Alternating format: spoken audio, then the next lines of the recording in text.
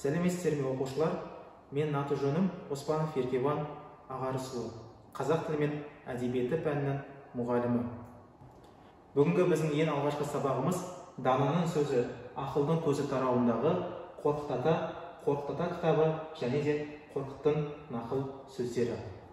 Бүгінгі сабақта біз сіздермен Қорқыт ата кім? Қорқыт ата қай жерде дүниеге келген? Қорқыт атаға арналған ескерткіш қай жерде орналасқан?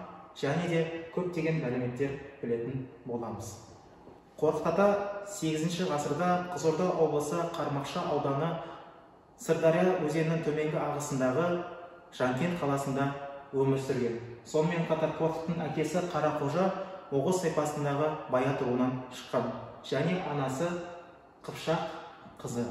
Оқушылар, Қорқыт ата туралы аңыздар қазақ әдебиетінде өте көп. Соның бірі, Қорқыт туыларда анасы 9 күн бойы қатты қиналады. Сонымен қатар алай-түлей боран соғады, нөсерлі жауын құяды. Айналаны қара түнек басып, күн күркіреп, жұрттың құтын қашырады. Сол үшін де халық оған Қорқыт деп ат қояды. Негізінен Қорқыт сөзіне келетін болсақ, оның бірінші мағынасы қорқ сөзі ақыл айтушы деген мағынада қолданылады екен.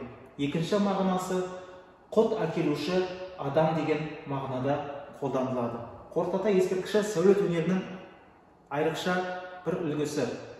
Қорқыт ата ескерткіші Қызылорда облысы Қармақшы ауданы Жосалы кентінен 18 км жерде Қорқыт станциясының түбінде орналасқан. Қорқыт ата ескерткіші сәулет өнерінің айрықша бір үлгісі деуге болады. Қорқыт ата ескерткіші Қызылорда облысы Қармақшы ауданы Жосалы кентінен 18 км жерде орналасқан. Авторлары Ыбыраев және Исатаев деген мүсіншілер. Қорқыт ата ескерткіші темір бетоннан жасалған, биіктігі 8 метр 4 тік стелладан тұрады. Әрбір стелла әр тарапқа қаратылып тұрғызылған құлпы тастарға ұқсайды. Жоғарғы жағы кеңейе келіп, шөміш пішінінде түйісетін стеллалар қобыз бейнесін меңзейді. Өздеріңіз көріп тұрғанда суретте түйісер түбіндегі орталық бөлігінде 40 металл түтік бар. Олар жер соққан кезде, яғни қобыз сарынымен үндес дыбыс шығарады екен. Яғни аңыздарда айтылғандай, Қорқыт ата мазарында соққан жерге үн қосатын қобыз қойылған.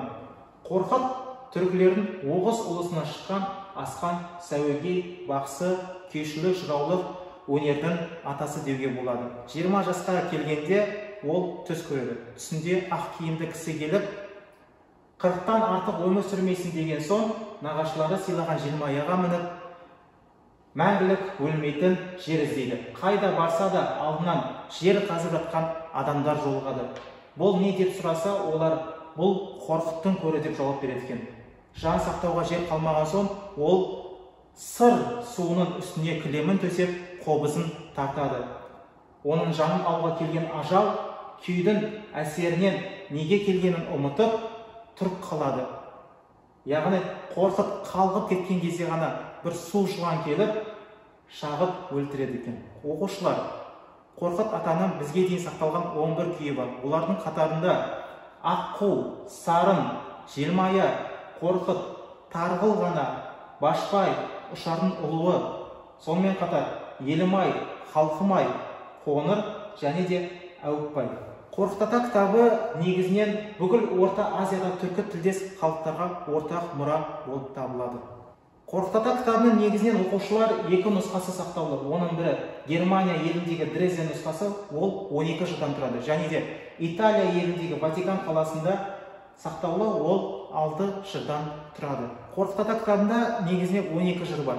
Олардың қатарында Дерсекхан ұлы Бұқаш туралы жыр, Қазан Сапарбектің ауылын жау шабуылы, сонымен қатар Бегі ұлы Әмрен туралы жыр, Төбекөз дәуді өлтірген Бейсат батыр, Хан Төрәлі және де тағы басқа.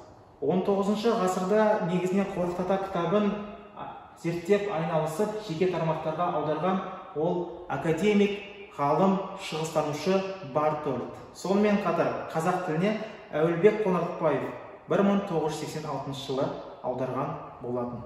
Негізінен Қорқыт ата кітабының басты кейіпкері Қорқыттың өзі. Оғыз елінің ақылшысы, данасы, үлкен жырауы. Оның есімі түркі тайпаларына ортақ мұра. Қазақстанда Қорқыт Ата кітабын зерттегендер қатарында Мұхтар Омарханұлы Әуезов, Әлкей Марғұлан, Рахымғали Бердібаев және де Хамза Сүйіншәлиевтердің қосқан үлесі өте зор. Енді осы Қорқыт Ата жырының негізгі жырларының бірі Байбөрі баласы Бамсы батыр жыры. Әлем әдебиетінен өзіндік орын алған батырлық эпос. Қорқыт Ата кітабындағы негізгі жырлардың бірі. Жырдың негізгі идеясы батырдың өз елін сүюі, сонымен қатар ата-анасына, халқына деген махаббатын дәріптеу.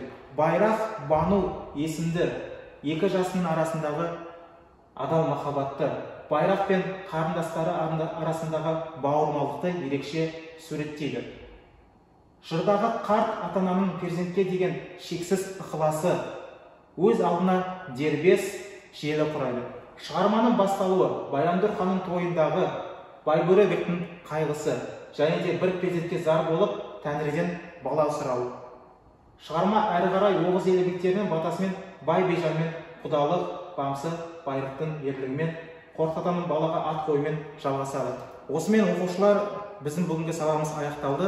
Бүгінгі сабақта біз сіздермен Қорқыт Ата туралы, Қорқыттың жырлары, күйлері туралы мәлімет алдық. Келесі сабақта кездескенше сау саламат болыңыздар.